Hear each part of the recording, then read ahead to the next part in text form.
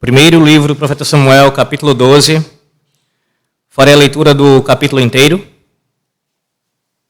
E esse é o texto do sermão dessa manhã. O capítulo todo de Samuel, capítulo 12. Assim diz o Senhor nosso Deus, meus irmãos. Então disse Samuel a todo Israel: Eis que ouvi a vossa voz em tudo quanto me dissestes, e constituí sobre vós um rei. Agora, pois, eis que tendes o rei à vossa frente. Já envelheci e estou cheio de cãs, e meus filhos estão convosco. O meu procedimento esteve diante de vós desde a minha mocidade até ao dia de hoje. Eis-me aqui. Testemunhai contra mim perante o Senhor e perante o seu ungido, de quem tomei o boi, de quem tomei o jumento, a quem defraudei, a quem oprimi, e das mãos de quem aceitei suborno para encobrir com ele os meus olhos, e vô-lo restituirei. Então responderam: Em nada nos desfraudaste, nem nos oprimiste, nem tomaste coisa alguma das mãos de ninguém. E ele lhes disse: O Senhor é testemunha contra vós outros, e o seu ungido é hoje testemunha de que nada tendes achado nas minhas mãos. E o povo confirmou: Deus é testemunha.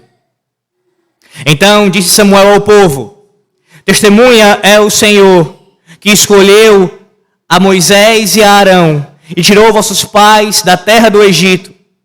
Agora, pois, ponde-vos aqui, e pleitearei convosco perante o Senhor, relativamente a todos os seus atos de justiça que fez a vós outros e a vossos pais. Havendo entrado Jacó no Egito, clamaram vossos pais ao Senhor, e o Senhor enviou a Moisés e a Arão, que os tiraram do Egito e os fizeram habitar neste lugar. Porém, esqueceram-se do Senhor, seu Deus.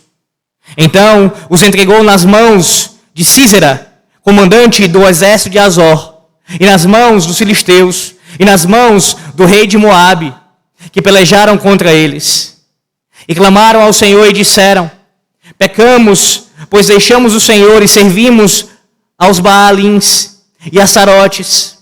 Agora, pois, livra-nos das mãos de nossos inimigos e te serviremos. O Senhor enviou a Jerubaal, e a Baraque, e a Jefté, e a Samuel, e vos livrou das mãos de vossos inimigos em redor, e habitastes em segurança. Vendo vós que Naás, rei dos filhos de Amon, vinha contra vós outros, me dissestes: Não, mas reinará sobre nós um rei, ao passo que o Senhor vosso Deus era o vosso rei. Agora, pois, eis aí o rei que elegestes e que pedistes, e eis que o Senhor vos deu um rei. Se temerdes ao Senhor, e o servirdes, e atenderdes a vós, e não lhe fordes rebeldes aos mandamentos, e seguirdes o Senhor vosso Deus, tanto vós como o vosso rei que governa sobre vós, bem será. Se, porém, não derdes ouvidos a vós o Senhor, mas antes fordes rebeldes ao meu mandado, a mão do Senhor será contra vós outros, como foi contra vossos pais. Ponde-vos também agora aqui e vede esta grande coisa que o Senhor fará diante dos vossos olhos. Não é agora o tempo da cega do trigo? Clamarei, pois, ao Senhor, e dará trovões e chuva, e sabereis e vereis que é grande a vossa maldade, que tendes praticado perante o Senhor, pedindo para vós outros um rei. Então invocou Samuel ao Senhor, e o Senhor deu trovões e chuva naquele dia, pelo que todo o povo temeu em grande maneira ao Senhor e a Samuel. Todo o povo disse a Samuel: Roga pelos teus servos ao Senhor teu Deus, para que não venhamos a morrer, porque a todos os nossos pecados acrescentamos o mal de pedir para nós um rei. Então disse Samuel ao povo: Não temais, tendes cometido todo este mal. No entanto, Não vos desvieis de seguir o Senhor, mas servi ao Senhor de todo o vosso coração. Não vos desvieis, pois seguireis coisas vãs, que nada aproveitam, e tão pouco vos podem livrar, porque vaidades são. Pois o Senhor, por causa do seu grande nome, não desamparará o seu povo, porque aprouve ao Senhor fazer-vos o seu povo. Quanto a mim, longe de mim que eu peque contra o Senhor, deixando de orar por vós. Antes vos ensinarei o caminho bom e direito. Tão somente, pois, temei ao Senhor, e servi-o fielmente de todo o vosso coração, pois vede quão grandiosas coisas vos fez. Se, porém, perseverardes em fazer o mal, perecereis, tanto vós como o vosso rei. Amém. Oremos. Ó Deus Santo, eis a tua palavra diante de nossos olhos. Senhor, fala com o teu povo, como já tem sido pedido aqui, pelo teu servo, pelo teu ministro. Que o Senhor venha a falar profundamente aos nossos corações. O teu povo anseia por isso, Senhor. Não há outra razão maior aqui para estarmos, a não ser prestar culto a Ti, especialmente aguardando esse momento de ouvir o Senhor falar.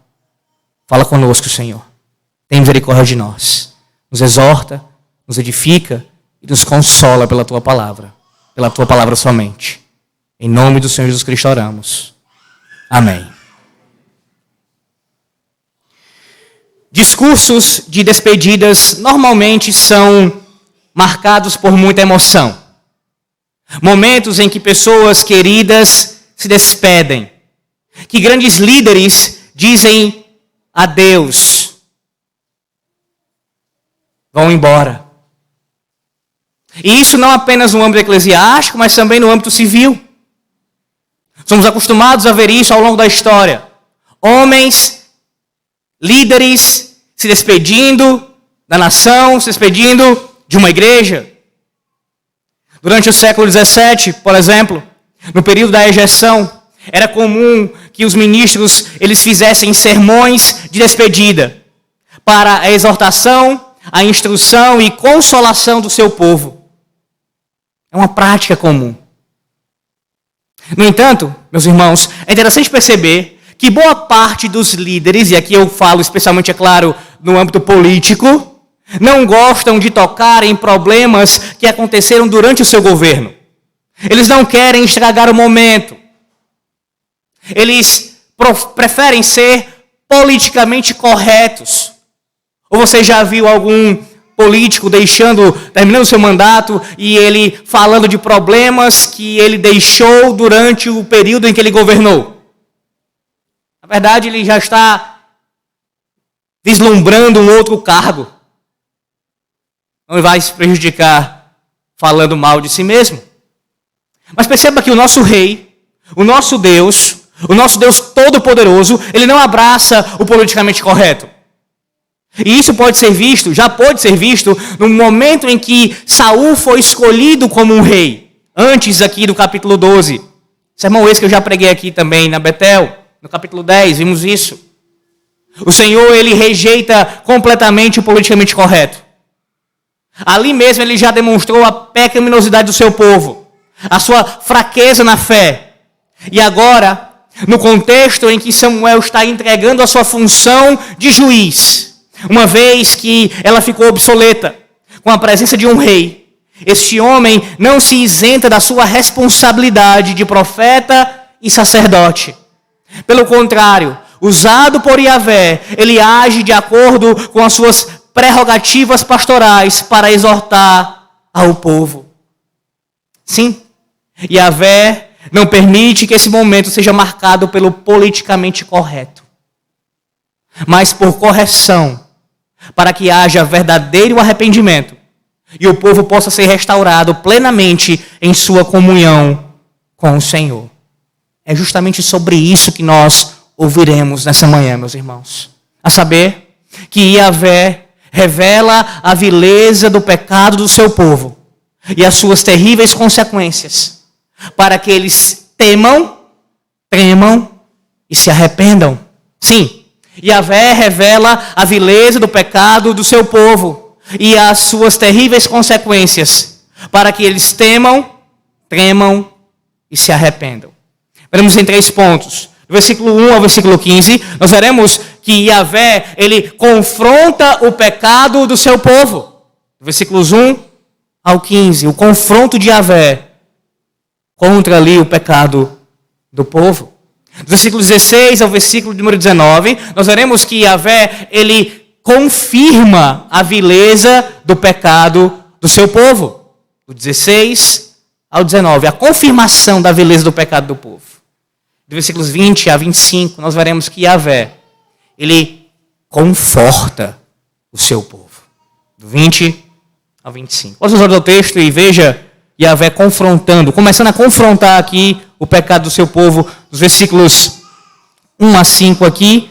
Não falei novamente, pelo menos não de todos os versículos, para nós ganharmos tempo, mas já foi feita a leitura, então acompanhe aqui a exposição, olhando o texto e prestando bastante atenção no que o Senhor Deus fala. Essa parte inicial aqui, meus irmãos, do versículo 1 ao 5, ela serve como uma espécie de preâmbulo, essa fala inicial de Samuel. E esse preâmbulo aqui de Samuel, do versículo 1 ao versículo 5, ele é marcado por um discurso de defesa. Ele faz uma proposta de avaliação do seu caráter. Diferente do que os políticos fazem quando estão encerrando seus mandatos, que não se dispõem para ouvirem críticas, que jamais vão fazer a si mesmos, muito menos isso, e menos ainda falar do seu caráter, ou colocar o seu caráter para ser julgado pelo povo. Falem alguma coisa do meu caráter. Diferente deles, Samuel coloca-se à disposição daquele povo, do povo da aliança, para ser avaliado. Como é? Essa é a ideia. Que o meu ministério, Samuel está dizendo, foi diante de vocês. Como é que o meu serviço como juiz, nesse caso aqui, que é a função que ele está deixando, como é que o meu trabalho como juiz, guiando o povo, como foi que eu exerci esse juízo? Esse ofício? Por acaso eu fui um opressor? Eu defraudei alguém de alguma coisa? Eu fiz algum mal? Eu me aproveitei da minha posição de juiz para trazer prejuízos a vocês e benefícios para mim pessoalmente? Eu fiz isso? Observe que os versículos 2 e 3, eles são marcados por essa inquirição do povo. Eles deveriam avaliar Samuel. E observe que no versículo 3 é dito que essa avaliação seria feita diante do próprio rei. A palavra que é usada por Samuel, ungido, Messias. Saul está presente. Ou seja, tanto o Senhor quanto o rei servem como testemunhas contra o povo a favor de Samuel. Yahvé está presente, o rei está presente, e digam diante das autoridades, a suprema, a maior de todas que é o nosso Deus, e a humana que vocês tanto pediram, digam diante das autoridades se eu fiz algum mal a vocês. E perceba que os pecados elencados aqui nesse versículo, os versículos iniciais, eles são bastante comuns entre aqueles que exercem a posição de liderança: opressão, defraudação, roubo e suborno. E a conclusão no versículo 4 é que ninguém tem nada para dizer contra aquele homem. Ninguém poderia dizer nada contra Samuel. Após essa resposta do povo, Samuel encerra essa primeira parte, estabelecendo a sua reputação ilibada. Agora, não entenda mal isso. Samuel aqui não tem o objetivo, meus irmãos, de se exaltar. Ele não está se ensoberbecendo diante do povo, se colocando como se fosse melhor do que todos os outros. Não é isso. Mas ele visa estabelecer sua autoridade, para que isso reverbere quando ele vier a exortar o povo. Você consegue entender isso? O que ele vai fazer do versículo 6 em diante, que nós veremos daqui a pouco, que é essa exortação, que é esse confronto mais direto contra o povo, contra os seus pecados, ele prepara esse momento, com esse preâmbulo, mostrando o seu testemunho, a sua vida, para servir de base e dizer o seguinte: eu posso falar contra os vossos pecados. Perceba a importância disso aqui. A sua reputação ilibada dava-lhe autoridade para pastorear o povo. Você consegue entender a importância do quanto é importante homens que lideram o povo de Deus terem essa característica aqui? Uma reputação ilibada. Homens que ocupam os ofícios da igreja, presbíteros, diáconos, precisam ter esse tipo de testemunho aqui. O texto do apóstolo Paulo, ao escrevendo a Timóteo, capítulo 3, 1 Timóteo, nos lembra isso. A palavra que Paulo utiliza para o presbítero ali, o bispo, é irrepreensível. Nós já aprendemos sobre o significado dessa palavra aqui nesse púlpito. Não significa alguém sem pecado, porque todos nós somos pecadores. Mas significa que não existe nada no caráter desse homem, não existe nada na reputação desse homem que possa ser digno de uma reprovação pública. Algum pecado grave não pode ser acusado. Em outras palavras, Samuel poderia exercer a autoridade e exortar o povo de Deus, porque piedade, meus irmãos, era a marca de sua vida. Ao caminhar no meio do povo, a sua reputação era completamente idônea. Sua vida era pautada pela palavra de Deus. Ele transpirava piedade e sua vida era um exemplo para o povo. São homens como esse aqui, que precisamos ser na liderança de nossa igreja. O escritor aos Hebreus, ele nos lembra disso também, falando sobre a importância de nós não nos esquecermos dos nossos pastores e observá-los e imitá-los. Quando a possibilidade de um líder ser imitado é perdida, ele perdeu a sua liderança. Quando ele deixou de ser exemplo, ele deixou de ser líder. Que isso sirva, meus irmãos, como um exemplo para nós, como um ensino para nós, quando nós passarmos, por exemplo, por novas eleições. Que nós, quando formos escolher nossos oficiais, onde estivermos congregando, inclusive nessa igreja, sempre escolhamos debaixo da direção de Deus, orando ao Senhor com sabedoria e seguindo os princípios da sua palavra. Dentre eles, observar a reputação de nossos homens, para que eles possam exercer estes ofícios, como temos aprendido já nesses últimos anos também.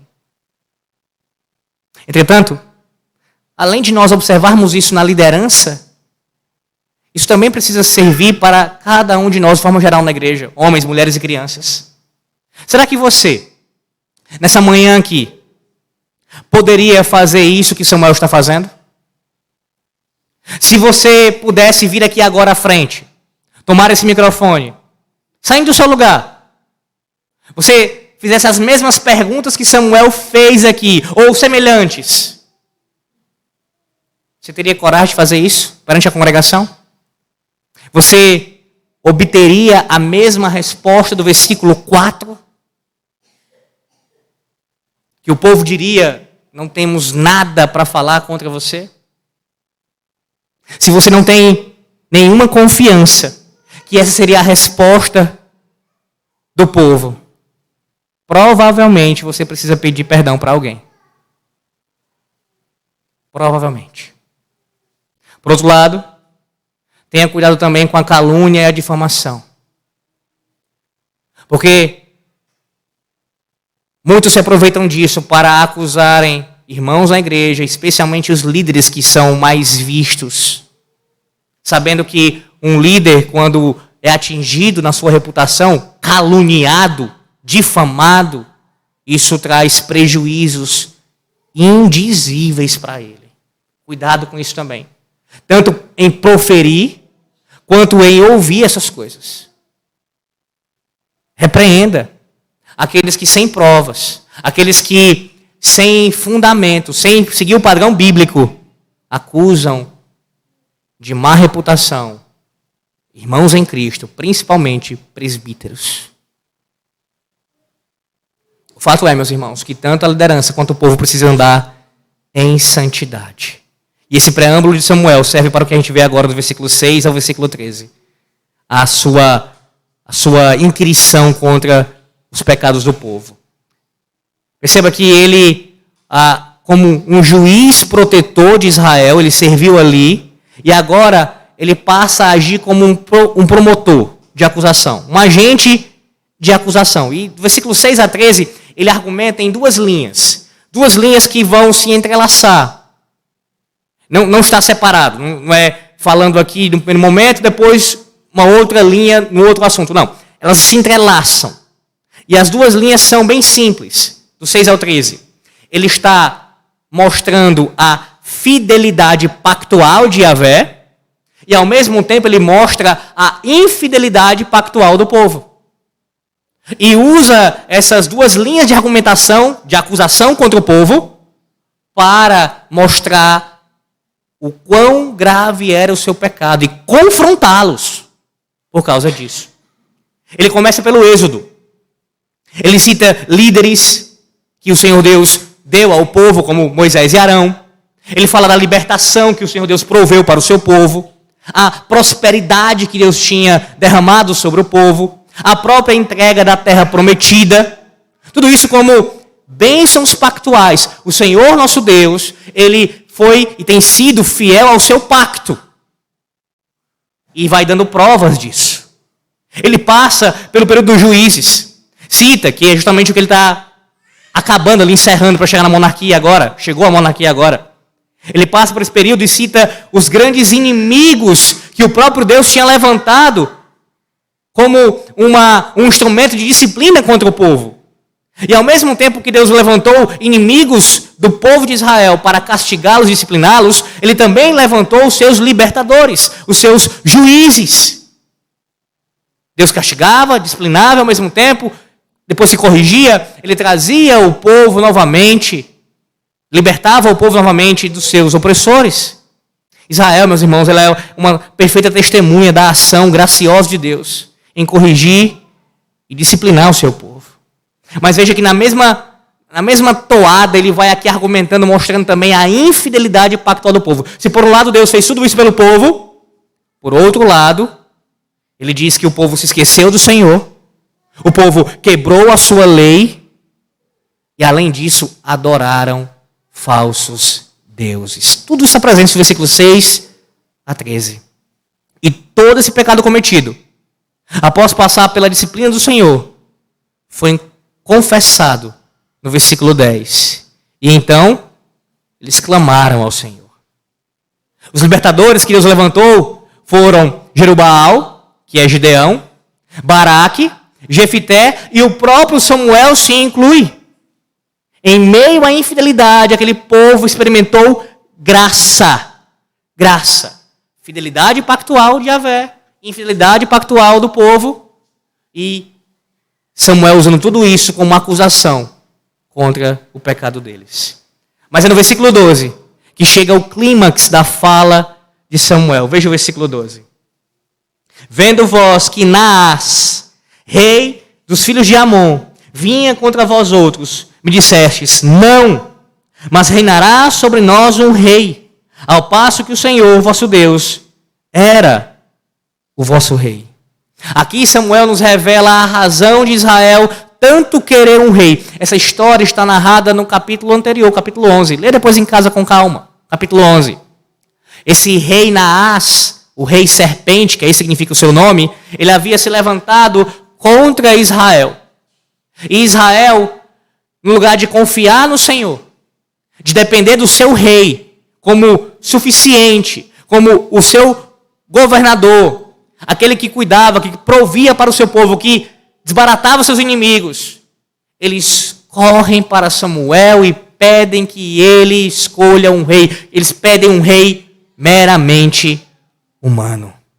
Mais uma vez, eles se esquecem do que Yahvé tinha feito por eles e se precipitam em agir por conta própria. Essa foi a razão do pecado de Israel aqui, irmãos. É claro que lá em Deuteronômio nós sabemos que o Senhor Deus já tinha dado uma prescrição quanto a um futuro monarca que viria.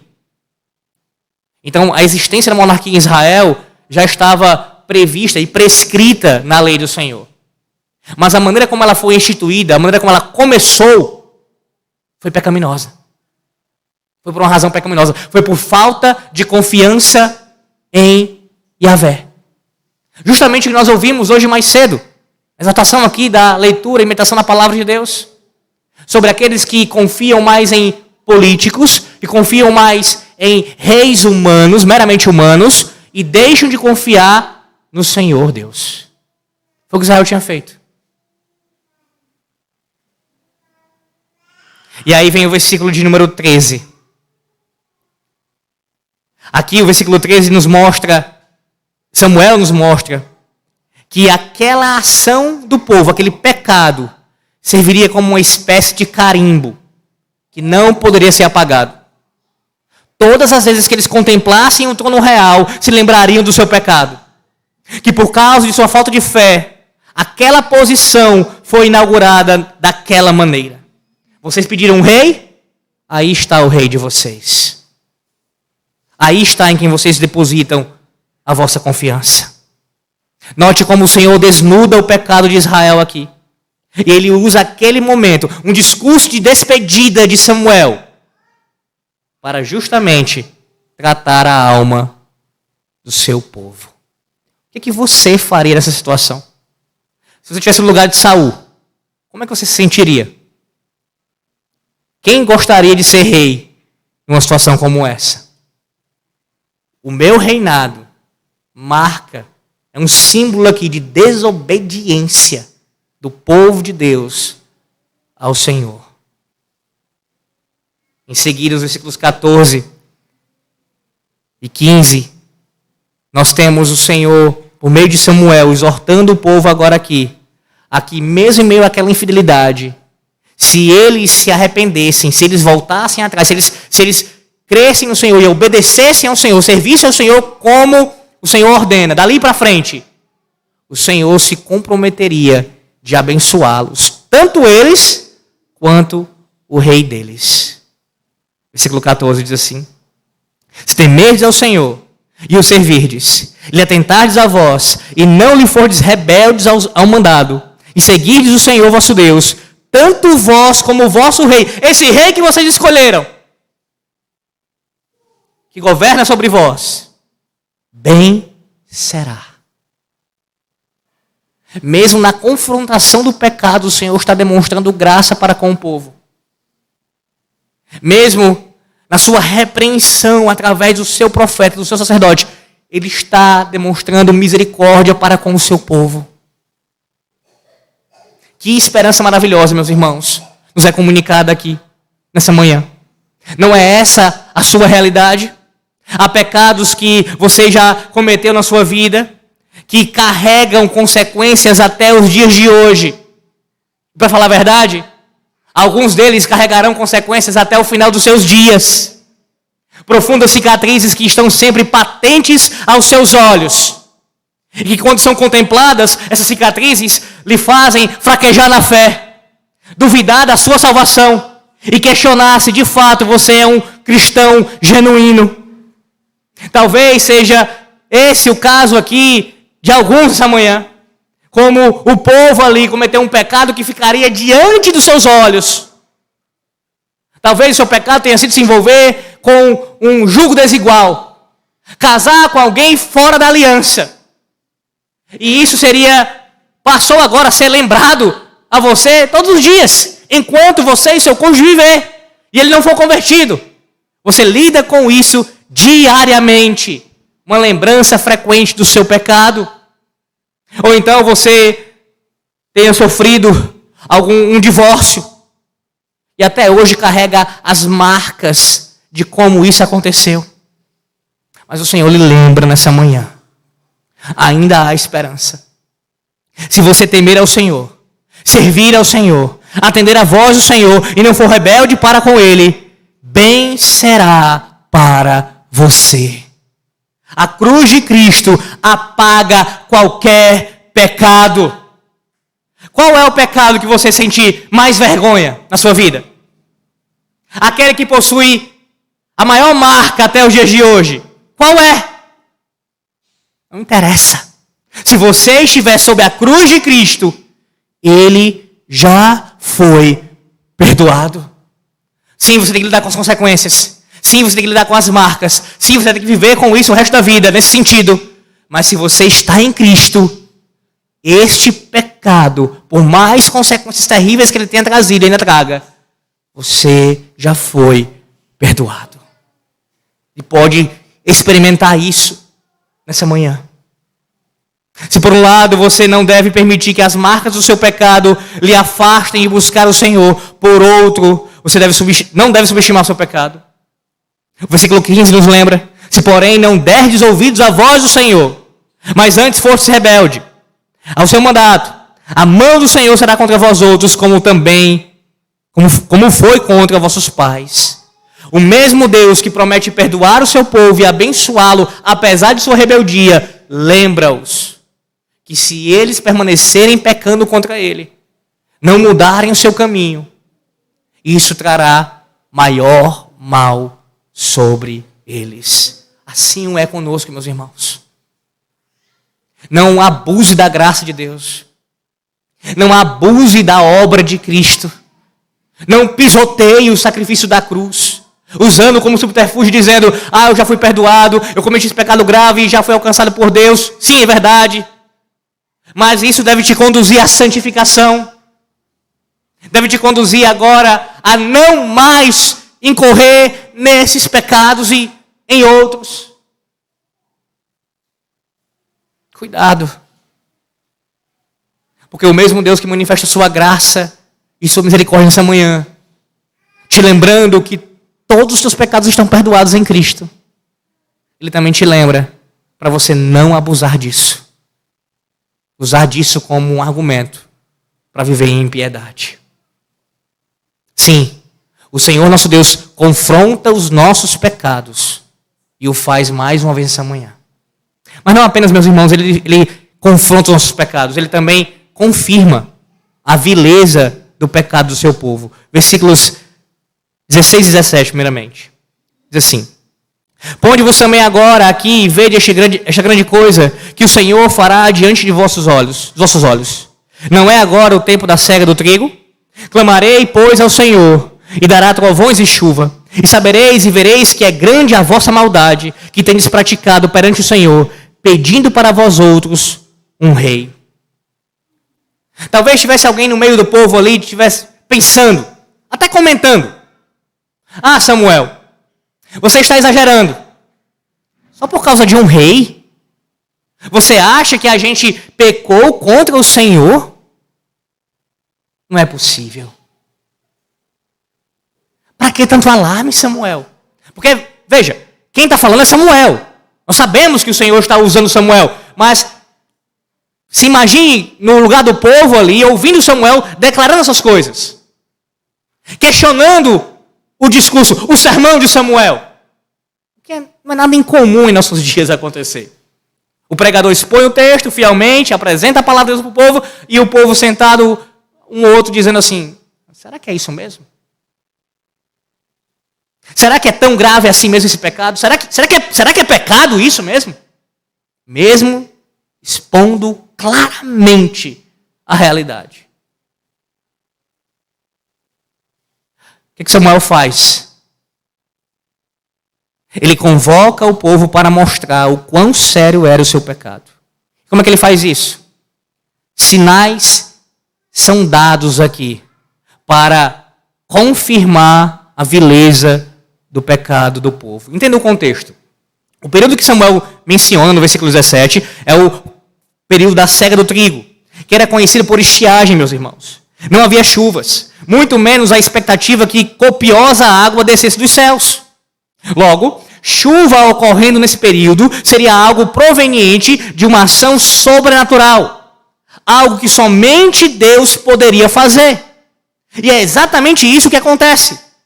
Versículo 18.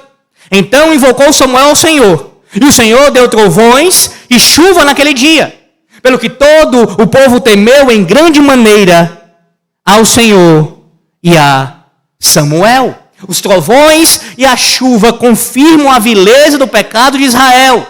Confirmam que Samuel não está exagerando coisa alguma. A ideia é essa. Vocês querem ver o quão terrível foi o pecado de vocês? Eu vou orar agora, vou clamar ao Senhor, e Ele vai demonstrar através de trovões e através de chuva, desse período de estiagem, que Ele está condenando esse pecado de vocês. O texto diz, meus irmãos, que o povo temeu ao Senhor. E por que isso aconteceu?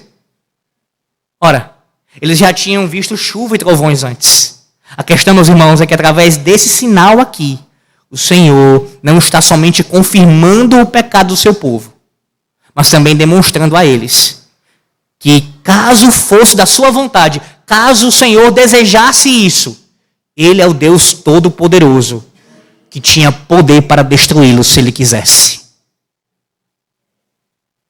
E eles sabiam que mereciam isso. Então os sinais confirmam a gravidade do pecado e mostram o poder de Deus. Se vocês não se arrependerem, se vocês não confessarem, se vocês não mudarem, o nosso Deus, se Ele quiser, Ele pode sim nos destruir. Perceba o quanto esse temor toma conta de seus corações, o versículo 19. Todo o povo disse a Samuel, roga pelos teus servos ao Senhor teu Deus, para que não venhamos a morrer. Porque a todos os nossos pecados acrescentamos o mal de pedir para nós um rei. É exatamente essa constatação do povo. Se Yahvé quiser, Ele pode nos matar agora. E nós merecemos. O final do versículo 19 diz isso. Porque a todos os nossos pecados, ou seja, nós pecamos contra Deus, e além de todos os pecados que a gente tem cometido contra Deus, nós ainda acrescentamos outro pecado. Sabe qual é o pecado? Justamente o que você está denunciando, Samuel. Escolhemos um rei, não confiando em Deus. O Senhor faz o mesmo com você, através da cruz de Cristo. Sim, a cruz do Senhor é um instrumento para julgar o mundo, para mostrar a vileza do seu pecado. A semelhança do povo que viu na chuva e nos trovões um sinal para demonstrar a gravidade do seu pecado, assim deve ser a cruz do Senhor Jesus Cristo para você. A cruz precisa ser a visão terrível do quão maldito e miserável é o seu pecado, o nosso pecado. A ira de Deus caindo sobre os ombros do Senhor Jesus Cristo, o desprezo que nosso Salvador enfrentou. Isso tudo deve nos levar a abominar o pecado, fechar todas as brechas possíveis, matar qualquer erva daninha que tente florescer. A semelhança do povo que olha para aqueles trovões, para aquela chuva e vê ali um sinal da ira do Senhor, da sua manifestação contra o pecado, deve ser para mim e para você, quando nós lembramos da cruz de Cristo. É a ira do Senhor Deus contra o pecado.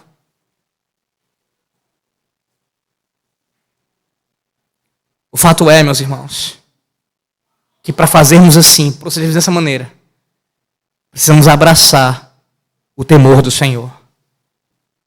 O temor do Senhor. Por falar nisso, você já notou que em nossos dias pouco se fala nesse assunto? Pouco se fala sobre isso. Mas veja como esse é um tema recorrente na palavra de Deus. O temor do Senhor. Provérbios 1, versículo 7. O temor do Senhor é o princípio do saber, mas os loucos desprezam a sabedoria e o ensino. Jó, capítulo 1, versículo 8, perguntou ainda o Senhor a Satanás, observaste o meu servo Jó? Porque ninguém há na terra semelhante a ele, homem íntegro e reto, temente a Deus e que se desvia do mal. Lucas 1,50, a sua misericórdia vai de geração em geração sobre os que o temem.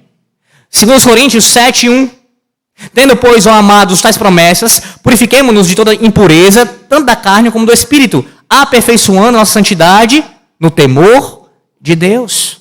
Colossenses 3:22, servos, obedecei em tudo ao vosso Senhor segundo a carne, não servindo apenas sob vigilância, visando tão somente agradar homens, mas em singeleza de coração, temendo ao Senhor.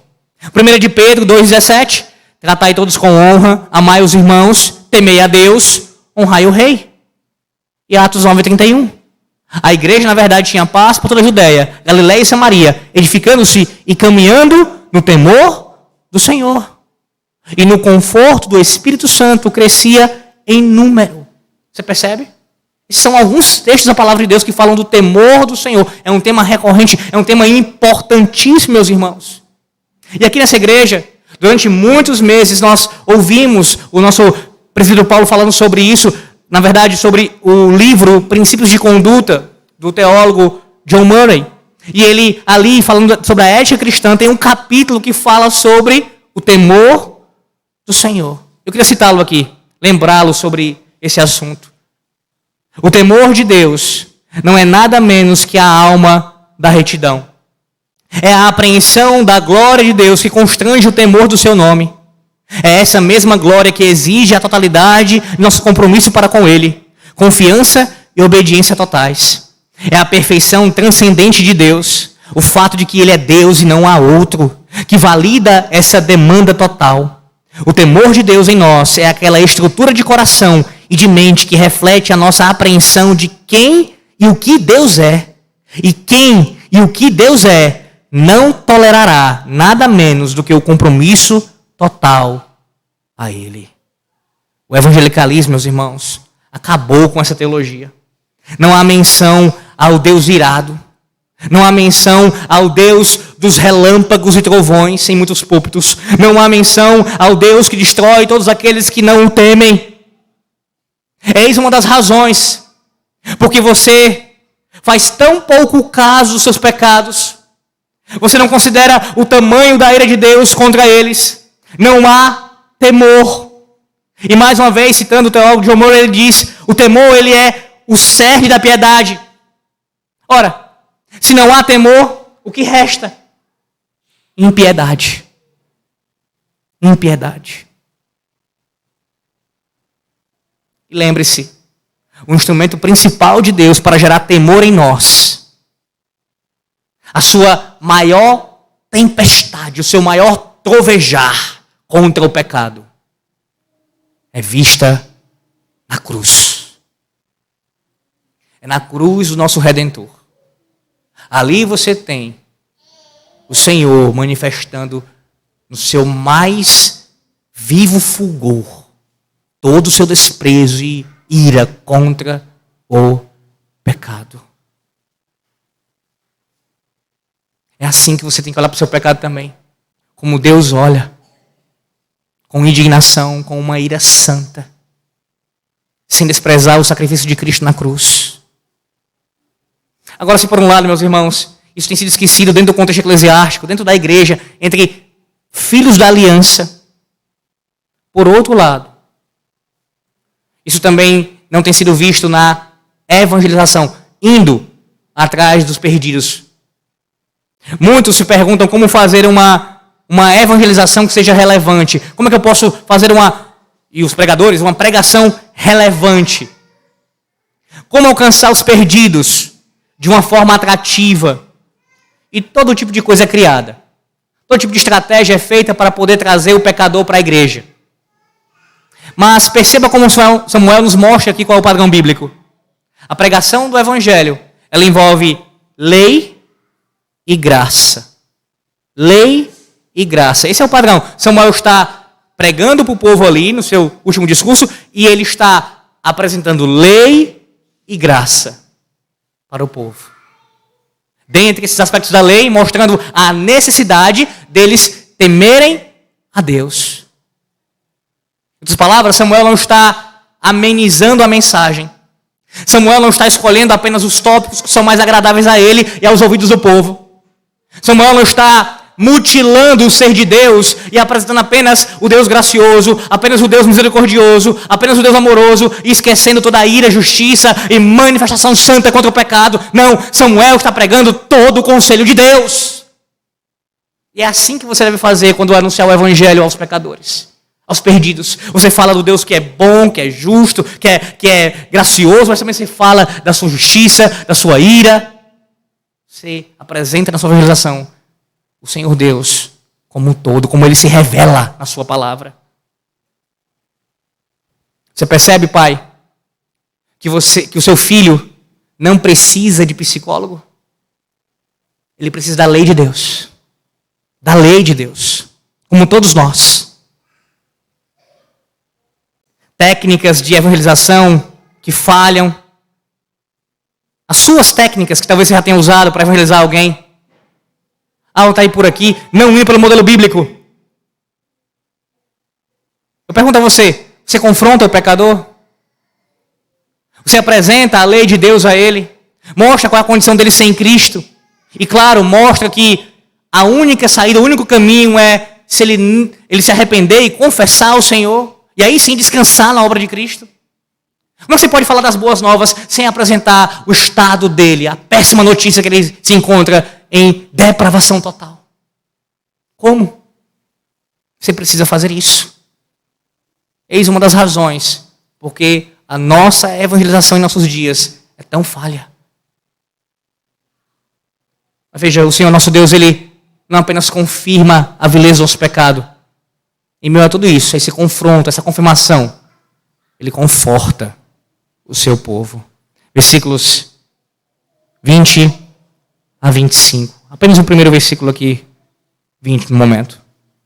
Então disse Samuel ao povo: não temais, tendes cometido todo este mal. No entanto, não vos desvieis de seguir o Senhor, mas servi ao Senhor de todo o vosso coração. Veja que Samuel aqui, usado pelo Senhor, ele deixa claro que o pecado era grave. Ele não ameniza isso, ele continua falando sobre isso, mas por causa do arrependimento professado, eles receberiam o conforto. Os versículos 21, 24 e 25, meus irmãos, aqui de forma alternada mesmo, 21, 24 e 25, que eu não farei a leitura novamente deles, depois confirme isso com calma. Eles acabam sendo uma espécie de repetição do que Samuel já falou no versículo 14 e 15. A saber, a promessa de que se o povo, apesar do pecado que eles cometeram, se submetessem à vontade do Senhor, tudo iria bem com eles. O 21, 24 e 25 vão reverberar, vão repetir isso para o povo. Mas, onde é que há o conforto aqui, então? Onde é que o Senhor consola o seu povo nesses versículos finais? Além do que ele já falou, mostrando graça e misericórdia para com eles. Onde é que Deus mostra isso agora, de uma forma ainda mais profunda? Versículos 22 e 23. No versículo 22 nós vemos a primeira demonstração de conforto do Senhor, ou a primeira segurança que Ele dá ao seu povo. E não poderia ser algo diferente, meus irmãos. O Senhor Deus apresenta no versículo 22 a sua fidelidade pactual como a razão para eles descansarem. Diferente de governantes ímpios que mudam sua palavra do dia para a noite, que prometem uma coisa hoje e amanhã já estão dizendo outra coisa totalmente diferente do seu discurso. O Senhor, Ele não apenas fala, mas Ele também dá evidências de que a sua palavra já é suficiente, mas Ele, além disso, ainda dá confirmações do que Ele diz, para fortalecer a nossa fé. E a primeira delas é essa, no versículo 22. Pois o Senhor, por causa do seu grande nome, não desamparará o seu povo, porque aprouve ao Senhor fazer-vos o seu povo. Esse ensino aqui também aparece em Hebreus 6,13. Pois quando Deus fez a promessa a Abraão, visto que não tinha ninguém superior por quem jurar, jurou por si mesmo. Esse é o grande conforto. O Deus da aliança não desampara o seu povo. Ele não desampara você. Não por causa de alguma coisa em nós mesmos, mas porque Ele jurou por si mesmo. O próprio Deus jurou por si mesmo. E a sua fidelidade ao pacto é um conforto para nossas almas, apesar dos nossos pecados. Você quer uma garantia maior do que essa? O próprio juramento solene de Deus, em seu nome. Isso não te conforta nessa manhã? Quando você é lembrado que você todos os dias peca contra Ele, da sua infidelidade, a nossa infidelidade, enquanto cristãos, individualmente falando, mas também enquanto igreja como um todo. Pecamos contra o Senhor, mas o Senhor nos lembra que apesar dos nossos pecados, Ele se mantém fiel. E a sua fidelidade nos consola. Versículo 23, ele dá um segundo conforto aqui. E o segundo conforto, meus irmãos, é nada menos do que um eterno intercessor. Versículo 23. Quanto a mim, longe de mim que eu peque contra o Senhor, deixando de orar por vós. Antes vos ensinarei o caminho bom e direito. Samuel está se despedindo do seu serviço como juiz. Ele está deixando o seu cargo. É um discurso de despedida. Mas ele não está abandonando as suas funções de profeta e sacerdote. Ele continuaria pastoreando o rebanho do Senhor. E veja como ele expressa isso. Ele diz, longe de mim pecar contra o Senhor. A ideia é, eu estou falando contra os pecados de vocês e eu mesmo não me submeteria à vontade do Senhor. Eu deixaria de cumprir com os meus deveres para com o Senhor. Longe de mim. Continuarei orando e ensinando a todos vocês. Orar e ensinar. Orar pelo povo e ensinar ao povo. Isso te lembra alguma coisa? Atos capítulo 6.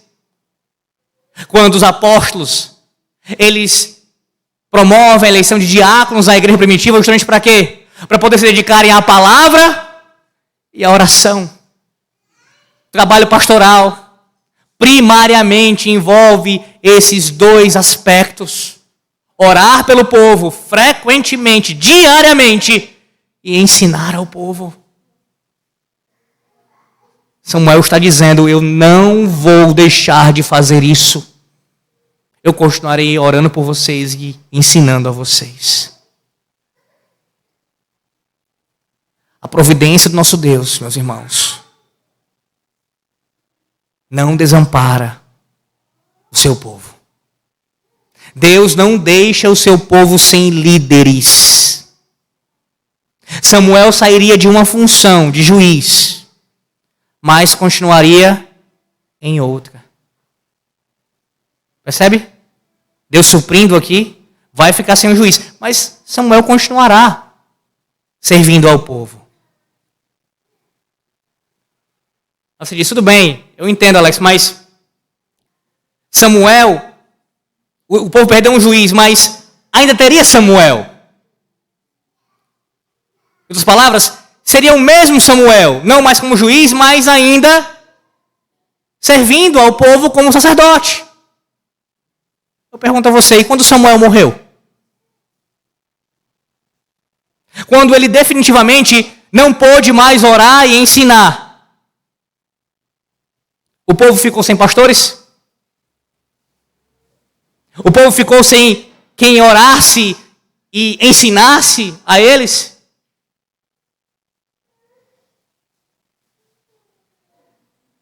De forma alguma. De forma alguma. Samuel passou, meus irmãos.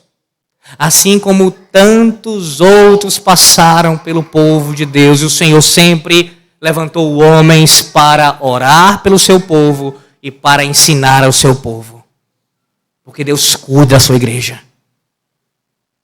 Cristo é o cabeça da igreja. Às vezes a gente se preocupa com isso. E tudo bem, é legítimo se preocupar com a igreja. É claro que temos que nos preocupar. Mas é uma preocupação que chega, se não se torna, beira a pecaminosidade. Como se a gente fosse mais interessado com a igreja de Cristo que o próprio Cristo. É claro que a gente tem que se preocupar com a igreja do Senhor. Orar por ela, zerar por ela, trabalhar por ela. mas quem cuida da igreja de Cristo melhor do que você e eu é o próprio Cristo. Ele não desampara o seu povo. Jamais desampara o seu povo. Acima de tudo, lembre-se de quem intercede por ti.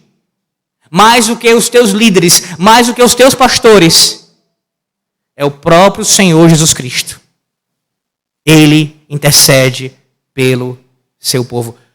Agora, como sumo sacerdote, orando por nós e ensinando também a nós através dos seus vocacionados. O próprio Cristo faz isso. Que conforto, meus irmãos.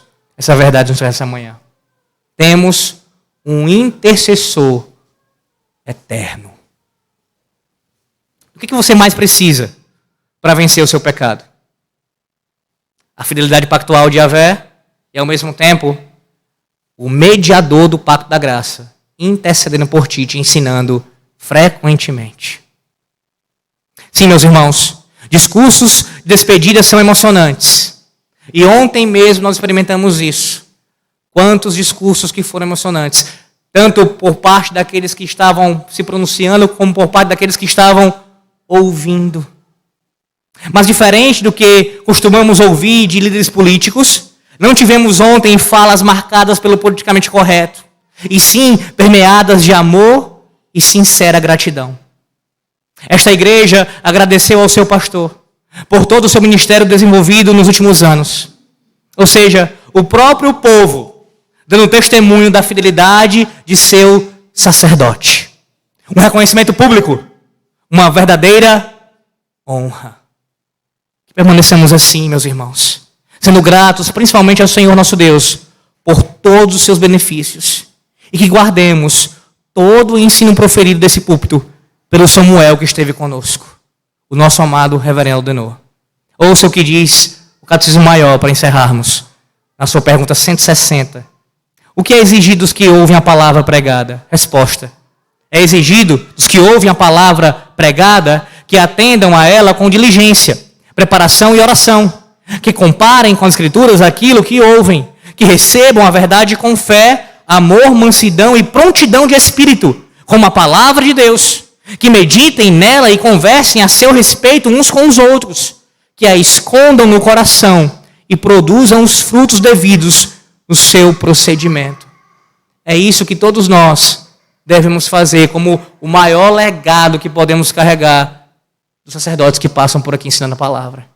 Guardar a palavra pregada no coração e produzir frutos dignos de arrependimento para a glória do nosso Deus. Essa é a maior felicidade que qualquer ministro tem, em ver o seu povo, o povo da aliança, produzindo frutos para o Senhor.